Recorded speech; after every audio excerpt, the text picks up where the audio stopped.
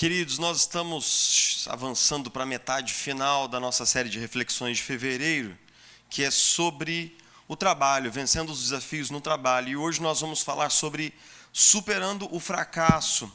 E eu quero te convidar a abrir comigo num texto bíblico bastante conhecido, que está lá no Evangelho de Lucas, capítulo 5, verso 1.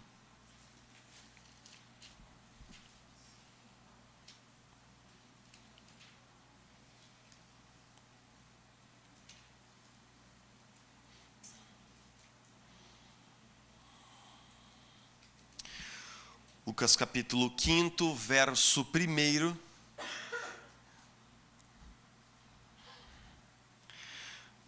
Nós lemos assim, você pode acompanhar na sua Bíblia física, clássica, como a minha aqui, ou numa Bíblia elétrica que você tiver aí também, tá bom? Certo dia, Jesus estava perto do lago de Genezaré e uma multidão o comprimia de todos os lados para ouvir a palavra de Deus. Viu à beira do lago 2 barcos deixados ali pelos pescadores que estavam lavando as suas redes.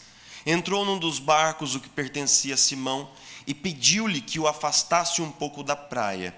Então sentou-se e do barco ensinava o povo.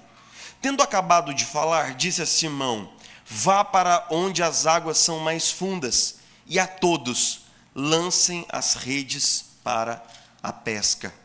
Simão respondeu: mestre, esforçamo-nos a noite inteira e não pegamos nada, mas porque és tu quem está dizendo isto, vou lançar as redes. Quando o fizeram, pegaram tal quantidade de peixes que as redes começaram a rasgar-se. Então fizeram sinais a seus companheiros no outro barco para que viessem ajudá-los, e eles vieram e encheram ambos os barcos a ponto de começarem a afundar. Quando Simão Pedro viu isso, prostrou-se aos pés de Jesus e disse: afasta-te de mim, Senhor, porque sou um homem pecador. Pois ele e todos os seus companheiros estavam perplexos com a pesca que haviam feito, como também Tiago e João, os filhos de Zebedeu, sócios de Simão. Jesus disse a Simão, vamos ler todos juntos esse trecho aí? Não tenha medo, de agora em diante você será pescador de homens. Então, eles arrastaram seus barcos para a praia, deixaram tudo e o seguiram. A história conta-se que na ilha de Creta, no império do rei Minos, por causa de uma desavença entre o rei Minos e os deuses, ele foi amaldiçoado e sua esposa concebeu, no lugar do seu filho, uma besta fera que era metade homem e metade um touro. Temendo matar aquele que era da sua própria corte, o rei Minos desenvolveu então um plano mirabolante. Ele pediu ao engenheiro Dédalo que construísse um labirinto, do qual o Minotauro jamais pudesse sair. E o Minotauro foi colocado lá e tornou-se uma besta fera, que matava, consumia carne humana. O rei de Atenas, Egeu, fora vencido numa guerra pelo rei Minos, e todos os anos Atenas tinha que enviar jovens, mulheres, moços, virgens, para serem abatidos e devorados pelo Minotauro no labirinto. Mas então, Teseu, filho do rei Egeu, era um jovem inteligente, corajoso e que declarou no seu coração o propósito de ir até Creta e matar a besta fera. Seu pai tentou dissuadi-lo do plano, mas ele estava muito convicto, como os jovens sempre são das suas ideias, e então eles estabeleceram um plano que seria o seguinte: meu filho, eu não suportaria a angústia de esperar o barco cruzar toda a linha do horizonte para chegar até mim, para que eu então soubesse se você voltou vitorioso ou não contra aquele monstro. Então vamos fazer o seguinte: parta com velas negras, e se você voltar vivo, troque as velas por velas brancas. E ao ver as velas no horizonte, eu saberei que você venceu e voltou vivo. Mas se as velas ainda estiverem negras, eu saberei que meu filho morto está. Eles fecharam esse acordo e o jovem Teseu partiu numa viagem heróica para Creta, encontrou o engenheiro que desenvolveu o labirinto e com um novelo de lã entrou no labirinto, confrontou o Minotauro, matou a besta fera, saiu de dentro do labirinto e entrou no barco e pegou o rumo de casa. Mas, depois de tamanha vitória, ele esqueceu-se de trocar as velas do barco. E quando o navio começou a singrar as águas no horizonte, o seu pai Egeu, que permanecia lá à beira do mar, num precipício medonho, todas as tardes, esperando o regresso do filho, viu o barco com as velas negras. E o seu coração, atravessado pela dor do que ele imaginou ser a morte do seu filho, ele imaginou que o navio trazia o féretro, o caixão do seu próprio filho, atravessado por essa dor lancinante, deu um grito, precipitou-se do penhasco e morreu lá embaixo. Todos os mitos gregos, Aquiles, Hércules, Teseu, todos eles, Perseu inclusive, todos eles têm o mesmo padrão. Do lado de uma vitória gloriosa, uma derrota vergonhosa. Todos eles. Talvez porque os antigos gregos já sabiam que o fracasso é um elemento absolutamente inevitável na experiência humana adulta. Todos nós haveremos de colidir com tempos em que as coisas não dão certo para nós. Isso pode acontecer no início da vida adulta, no meio ou no final, não importa. Todos nós haveremos de passar por temporadas em que nós somos combatidos pela realidade, em que nós experimentamos reveses, as coisas não dão certo. O trabalho tem um lugar central na nossa vida, na vida do joseense. Mas o joseense, na mesma medida em que ele almeja o sucesso e que ele se esforça pelo sucesso, ele teme sim o fracasso, como uma sombra projetada, como se fosse a realidade espelhada da nossa busca pelo sucesso. Nós tememos o fracasso. Uma realidade brutal da vida adulta é que nós certamente nos colidiremos com ele. Uma questão que me perpassa o coração muitas vezes quando eu aconselho pessoas que passaram por falências, que perderam negócios, que foram demitidas em momentos muito difíceis, é que isso pode infiltrar um duro golpe na confiança do coração dessas pessoas. E muitos adultos jamais se recuperam. Muitos adultos jamais reencontram o caminho vocacional ou o caminho da atuação profissional depois de um grande fracasso. A questão da nossa reflexão de hoje é: que tipo de recursos e respostas a fé cristã oferece para pessoas que estão passando por tempos difíceis no seu labor profissional? Que tipo de esperança, que tipo de força, que tipo de vigor nós encontramos na Escritura? Quando nós olhamos para esse texto em especial do Evangelho de Lucas, nós vamos descobrir que o Evangelho de Lucas, organizado de forma cronológica e geográfica tão precisa, nós estamos pisando nos primeiros anos, talvez nos primeiros meses do ministério de Jesus.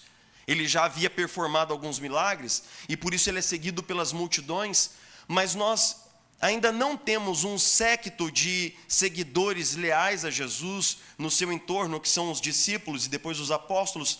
E então nós somos notificados que certo dia Jesus está perto do lago de Genezaré, ou mar da Galileia, uma massa de água de 4 quilômetros por 11 quilômetros. E então Jesus é espremido por essa multidão na praia e os pescadores estão ali lavando as redes. E então Jesus pede o barco para que ele possa pregar do barco a meia distância da água, uma vez que o mar da Galileia ele é relativamente calmo durante boa parte das horas do dia. E então Jesus vai pregar para as multidões.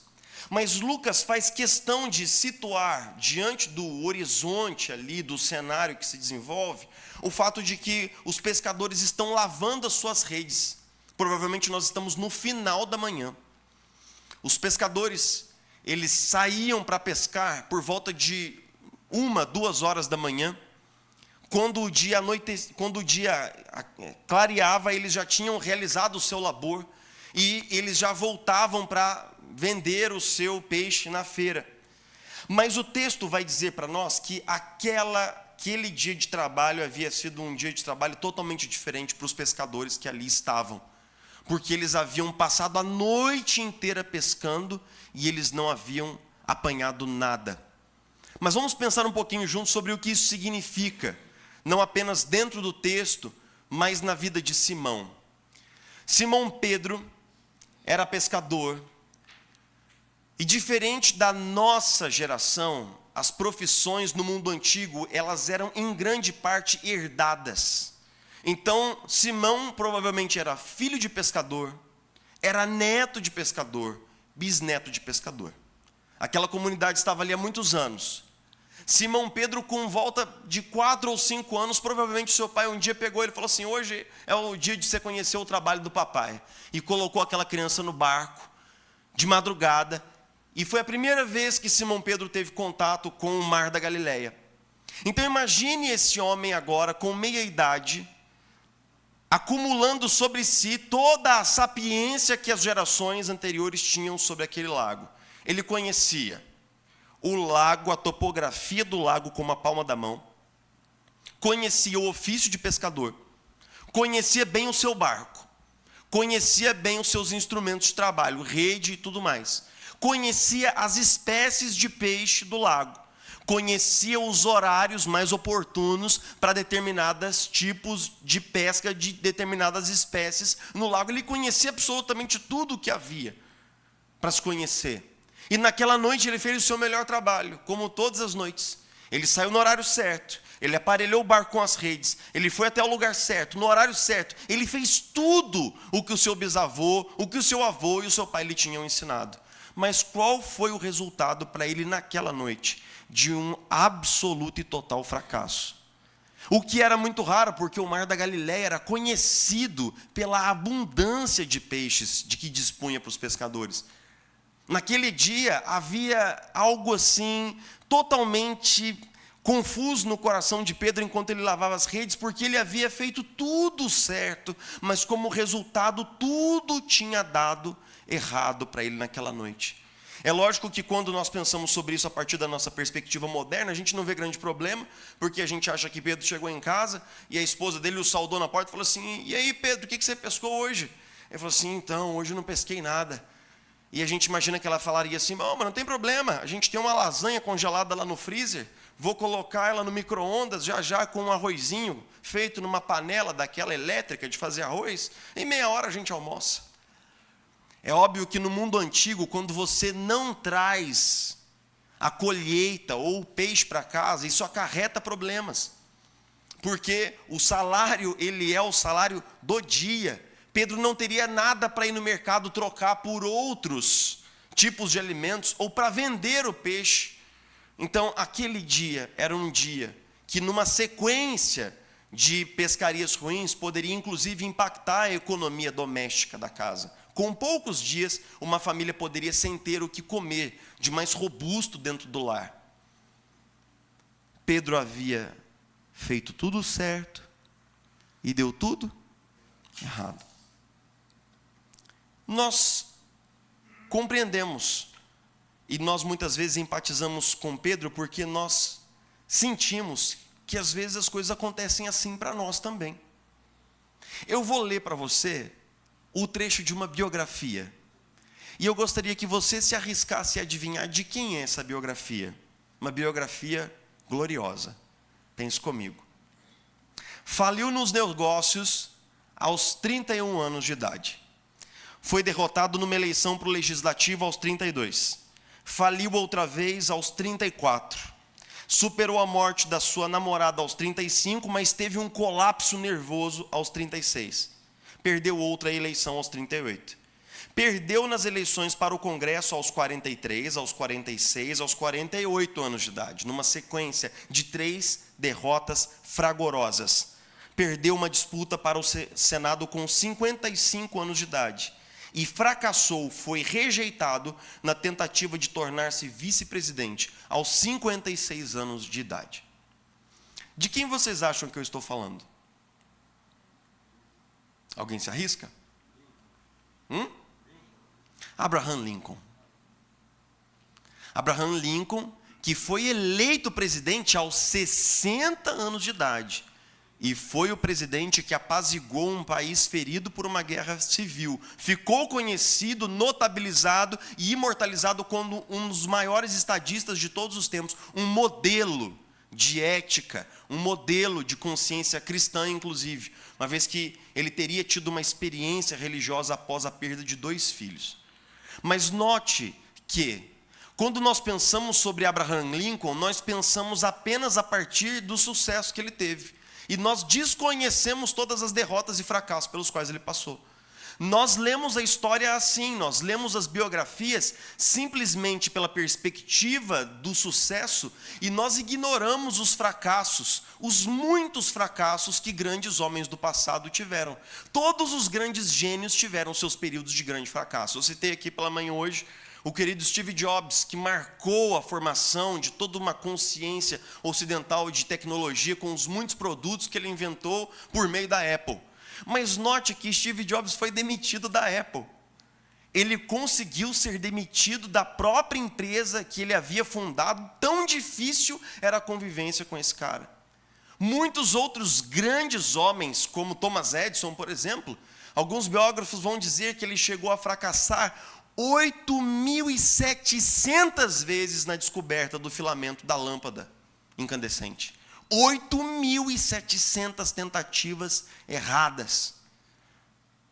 Nós tendemos a esquecer que o fracasso faz parte da vida humana e que fracassar é a experiência universal mais absurdamente presente na existência de um adulto.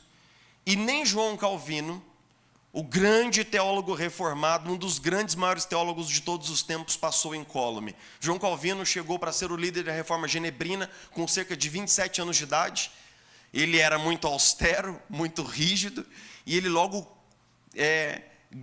conquistou alguns desafetos com os líderes da cidade. E quando, passados 2 anos da liderança de Calvino e Farel ali, eles receberam uma carta não muito gentil, sendo convidados a se retirar da cidade. Eles foram expulsos de Genebra. Ele foi morar em Estrasburgo, ficou lá pelo menos 3 anos, é o que os biógrafos dizem. Ou seja, mesmo João Calvino teve os seus momentos de lancinante derrota, fracasso e revés. E quais são os fracassos aos quais nós podemos ser submetidos na vida adulta? Nós podemos experimentar fracasso na carreira, por exemplo, períodos de demissão, de desemprego, de não conseguir a promoção que nós esperávamos. Às vezes nós estamos empregados, nós estamos trabalhando, mas nós imaginamos que nós chegaremos muito mais longe dentro daquela empresa, nós nos imaginávamos em outra posição, mas essa promoção foi dada a uma outra pessoa, e isso para nós é uma espécie de um fracasso pessoal. Ou então um fracasso nos negócios, né? A experiência de não conseguir impulsionar o seu negócio, o seu empreendimento, ou de impulsionar o seu empreendimento e depois vê-lo ir à falência, em especial quando a falência da sua empresa, ela acarreta e impacta muitas famílias que são cuidadas por essa empresa. É engraçado que a falência pode ser uma das experiências mais marcantes para um jovem adulto. O fracasso de um projeto que seja muito importante para você, um projeto que poderia alavancar sua carreira, o seu negócio, ou o fracasso, como eu o chamo, o fracasso como não realização. O fracasso como não realização é quando você tem um ideal, você tem um sonho, você tem um lugar que você quer chegar profissionalmente, ou coisas que você almeja fazer, coisas que você almeja viver, mas essas coisas elas simplesmente não se concretizam, elas não acontecem.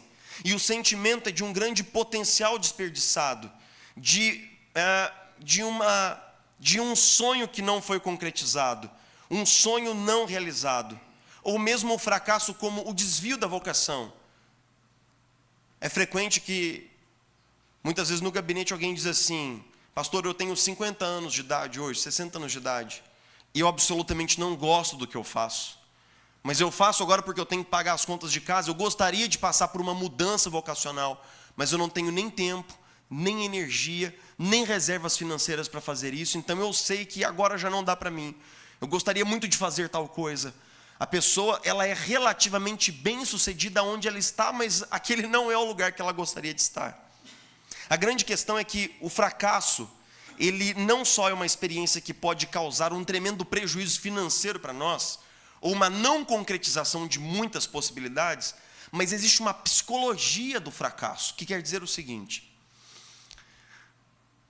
O gabinete pastoral é um lugar muito engraçado e até esquisito. O cuidado pastoral me coloca em contato com coisas que eu absolutamente não imaginaria se a pessoa não estivesse ali diante de mim. Porque eu recebo diante de mim, numa tarde, um adulto que, olhando do lado de fora, ele é perfeitamente realizado e feliz com o que ele faz. Pelo menos é assim que eu o percebo, e a comunidade ao seu entorno também o percebe assim. Então ele entra no meu gabinete, e ele começa a falar de como ele se sente absolutamente fracassado.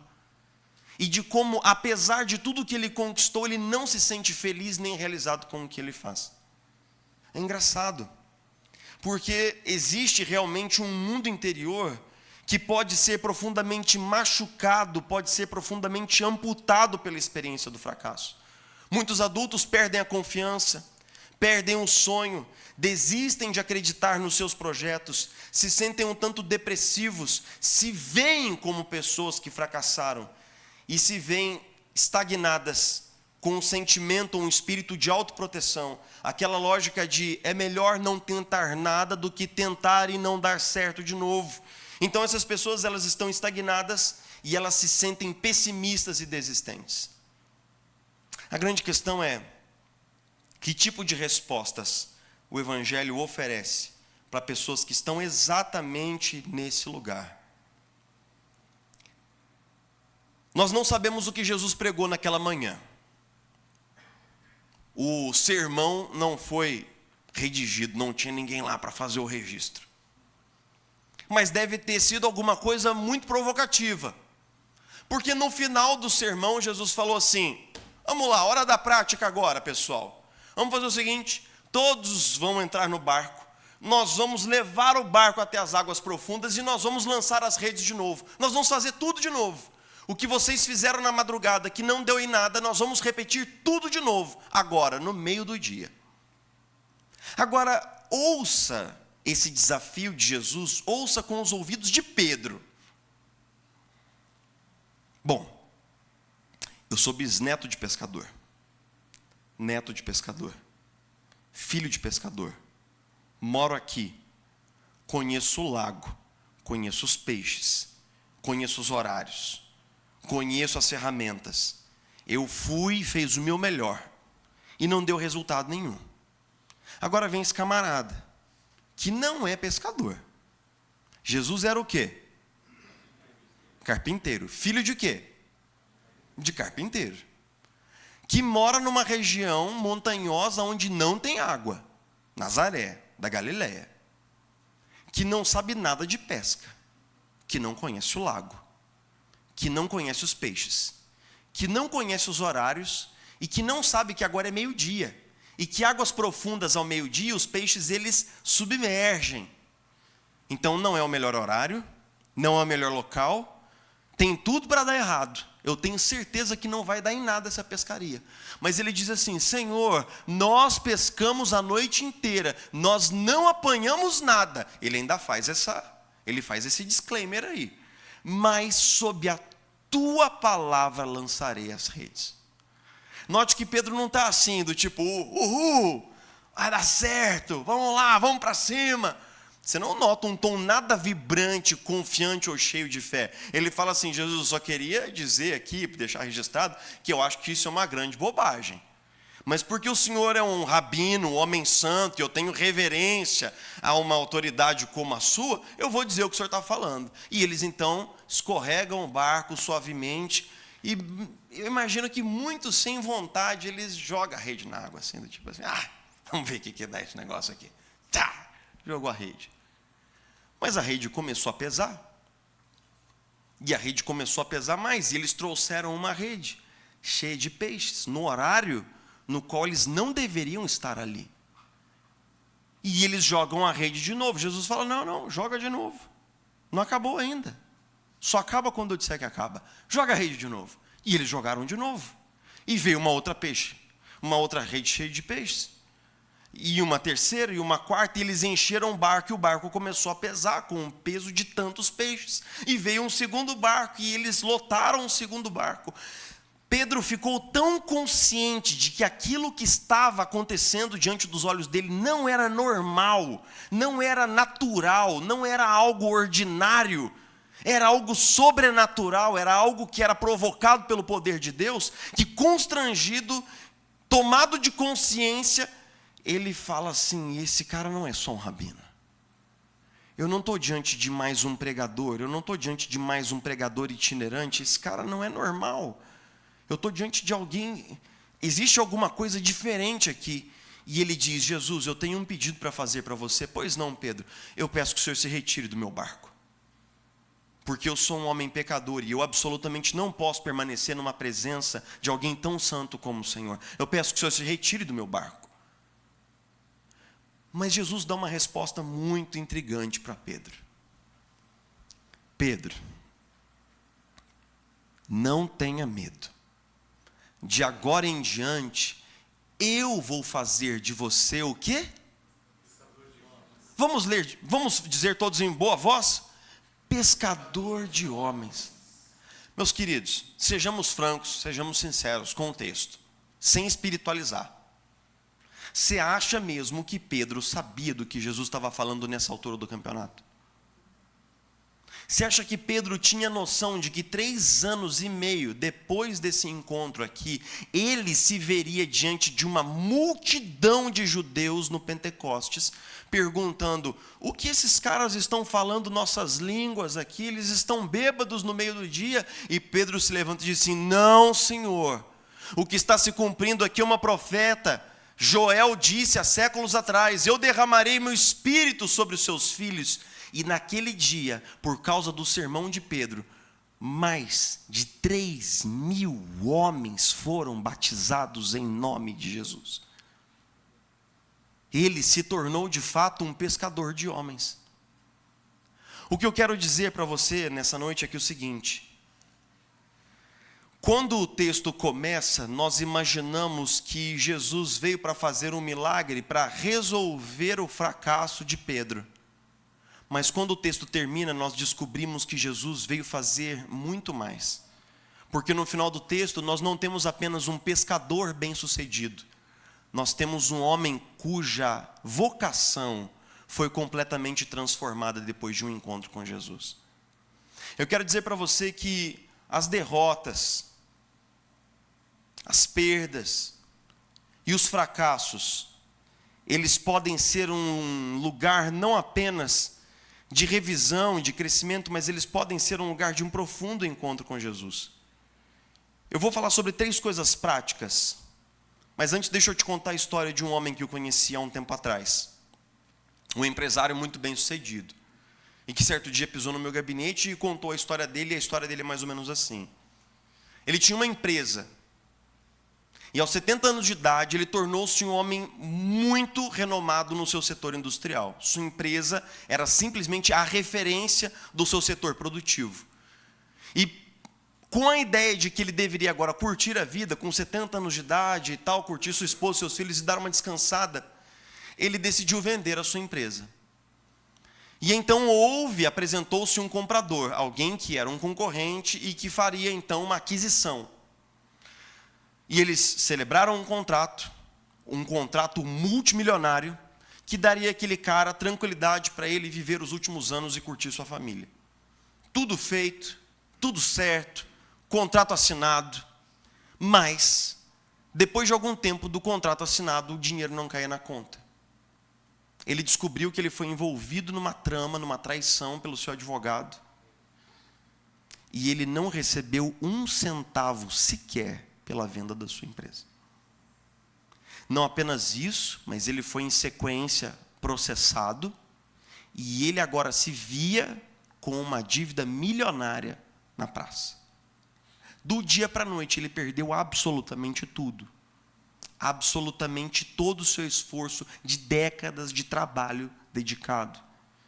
E ele teve que chegar em casa para contar isso para a esposa e filhos. Esse cara entrou no meu gabinete e contou essa história. Mas ele logo emendou e disse assim: pastor, mas eu não estou aqui para reclamar. Eu não estou aqui para chorar. Eu estou aqui para contar a minha história, para que o senhor saiba, o senhor é meu pastor. Mas eu quero dizer que eu até agradeço a Deus. e que eu acho que isso que aconteceu, embora sendo difícil, foi uma coisa muito boa para mim e para minha família. Aí eu falei assim, conte-me mais, elabore melhor, deixa eu entender. Ele falou, não, pastor, é o seguinte, eu era um homem crente e tudo, ia à igreja, mas eu não tinha assim, uma experiência profunda mesmo com Jesus, isso eu não tinha. Eu era alguém que estava ali, vivendo uma vida correta, mas no meio disso tudo que aconteceu, pastor, a gente teve que se apegar e se agarrar a Deus de uma tal maneira, mas nossa, a gente realmente passou a ter um conhecimento de Deus, de uma vida de oração que nós nunca tivemos. Então eu julgo, pastor, que foi muito positivo, e eu até entendo que foi necessário que tudo isso acontecesse. Necessário, foi essa palavra que eu ouvi naquele dia. Muitas vezes nós pensamos que a vida é feita só dos dias bons, de quando as coisas dão certo. Mas a verdade é que quando as coisas não acontecem como nós gostaríamos, e quando os nossos planos eles desmoronam, e quando nós experimentamos fracasso, revés e dificuldade, nós temos a oportunidade de reavaliar aonde nós estamos, e de reavaliar para onde nós estamos indo, e de reavaliar os valores sob os quais temos vivido. E é possível que exatamente na derrota exista uma bênção preparada para nós ali. Exatamente nos dias de perda exista uma bênção preparada para nós ali. Então, o poder do Evangelho faz com que o fracasso seja para nós, em primeiro lugar, um lugar de aprendizado. Porque muitas vezes nós nos tornamos autoconfiantes demais. E o fracasso ele pode colocar de novo os nossos pés no solo firme da realidade. Pode quebrantar o nosso coração e nos lembrar que nós precisamos de Deus e que nós não teremos tudo o que queremos quando queremos, mas nós poderemos ser humilhados e quebrantados pelo fracasso. O fracasso também acontece como crescimento. Nos anos de 16 a 18, eu tive muitos projetos pessoais que fracassaram, uma sequência deles. Eu já falei disso aqui nos nossos encontros já. E eu fiquei tão marcado por essas experiências que não deram certo, que nos 45 segundos do segundo tempo não deram certo, que eu comprei um livro de um filósofo francês chamado Charles Pepin, que é um livro intitulado As Virtudes do Fracasso.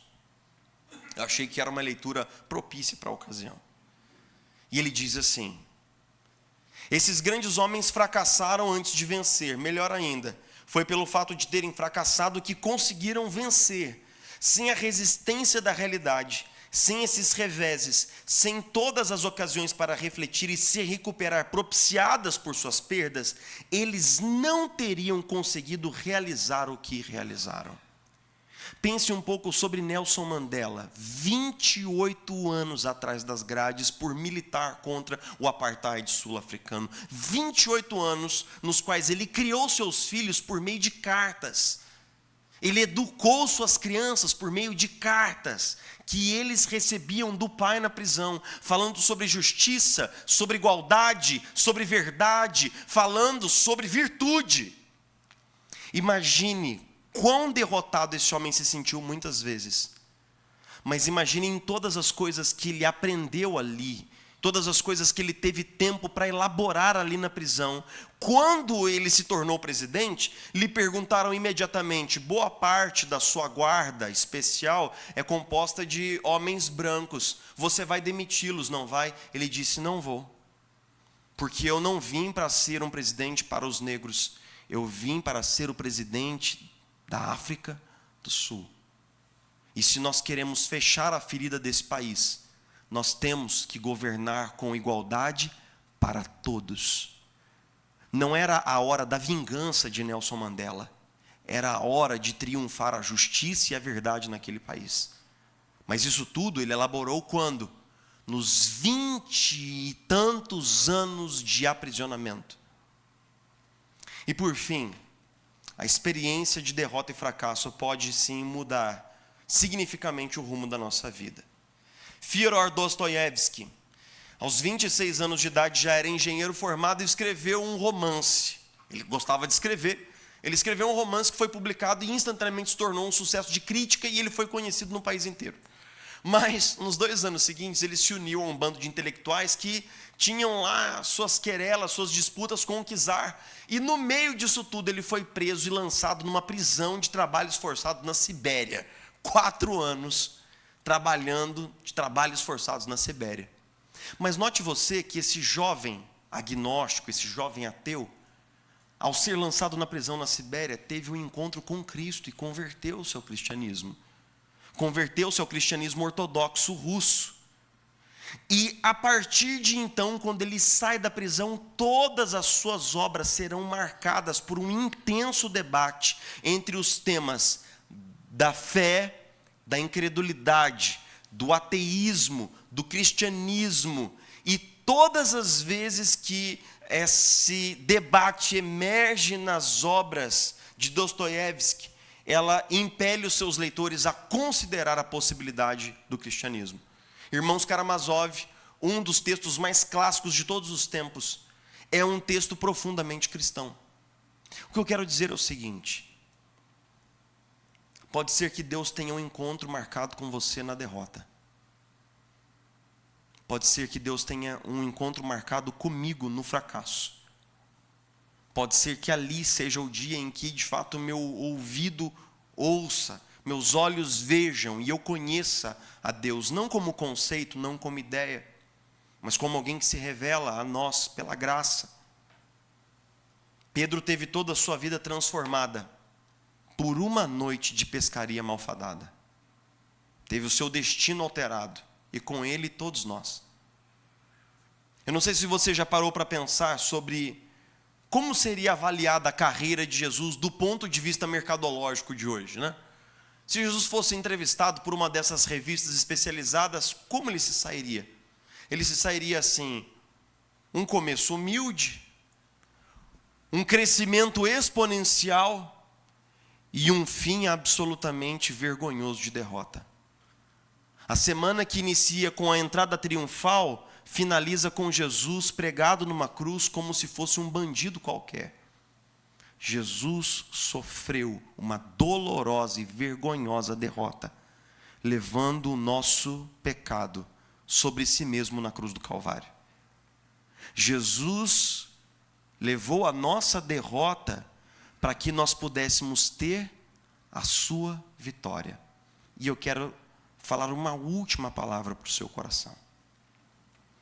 Eu já passei por tempos de vergonhoso fracasso, em que as coisas absolutamente não deram certo para mim, não por 1, nem por 2, mas por anos a fio. E eu quero te dizer que alguns dias você olha no espelho e você vê um fracassado. E existe uma voz aqui dentro que diz assim: você é uma vergonha. Você não vai chegar a lugar nenhum. Você nunca vai realizar nada. Essa voz diabólica concorre conosco, dizendo que nós somos o nosso fracasso. E isso não é verdade. Ninguém tem o direito de dizer para você quem você é, ou o valor que você tem, a não ser aquele que morreu no seu lugar, levando os seus pecados, para que você pudesse ser filho e filha amados de Deus em Jesus Cristo. Esse é o seu valor. Esse é o seu lugar. E nada pode tirar isso de você absolutamente. É lógico que tem dias que nós não vamos tão bem. É lógico que sim. Mas o que isso quer dizer? Isso quer dizer que eu não tenho valor? Isso quer dizer que eu sou um derrotado? Não, quer dizer que a gente não mandou bem naquele dia, mas que eu posso ser melhor na semana seguinte. Quer dizer que hoje eu errei e amanhã eu posso acertar. Mas isso não quer dizer sobre o valor que nós temos. O valor que nós temos está escondido em Jesus Cristo e só nele. Porque por meio de Cristo, a Escritura diz que nós somos o quê? Mais do que, meus irmãos? Mais do que vencedores. Mais do que vencedores. Se você tem passado por uma temporada difícil e ruim, eu gostaria que você pudesse reavaliar a rota. Mas, sobretudo, reavaliar o seu próprio olhar no espelho. Reavaliar o seu valor. Porque ele está escondido em Cristo. É garantido a você e a mim pela graça. Nós somos salvos, não por obras. Para que ninguém se glorie diante de ti, Jesus, e para que todos nós sejamos lembrados de que precisamos de ti, bendito Salvador. Nós entregamos nosso coração a ti mais uma vez, E confessamos, sim, Senhor, podemos passar por tempos difíceis, mas pedimos encorajamento do Senhor para que nós não abandonemos os sonhos que o Senhor tem para nós. Pedimos, Senhor, fortalecimento do Espírito Santo para que a perseverança do Senhor esteja em nós. Nos dá resiliência, nos dá perseverança para tentar de novo, Senhor. Nos dá humildade para tentar em conformidade com a Tua vontade. Nos dá, sobretudo, um coração disposto a Te obedecer em todas as coisas. Nos lembra, Senhor Jesus, que nós não somos o criador da nossa própria realidade. Não, nós temos um Deus que cuida de nós, que zela por nós, que nos conhece pessoalmente e que tem um plano para a nossa vida. Nos lembra, Senhor Jesus, que muitas vezes as portas fechadas vão fazendo exatamente o corredor que nos dirige até o centro da Tua vontade. As coisas podem não estar dando certo agora, Senhor, mas isso não quer dizer que não darão certo para sempre. O Senhor tem promessas para todos nós. O Senhor nunca, jamais, em tempo nenhum, chamou o seu povo para estar permanentemente no deserto. Nosso caminho passa por lá, nós bem sabemos disso. Deserto que nos prova, deserto que nos amadurece, deserto que nos ensina. Mas nós sabemos que para além do deserto, o Senhor tem promessas para todos nós que estamos aqui nessa noite. Então nós oramos, Senhor, nos dá força e ânimo para lançar a rede de novo, agora sob a autoridade da Tua palavra. Nos dá ânimo para tentar de novo. Nos dá coragem, Senhor Jesus, para nos arriscarmos de novo, agora debaixo da direção do Teu Espírito, debaixo da instrução do Teu Espírito, para que nós possamos, Senhor, Te servir em todas as coisas e viver tudo aquilo que o Senhor já preparou para nós, desde antes da fundação do mundo. Nossa oração, Senhor, é uma só, para que em todas as coisas o Seu nome seja profundamente glorificado na nossa vida. Para que Jesus receba toda a honra, toda a glória, todo o louvor, hoje e sempre. Amém e amém.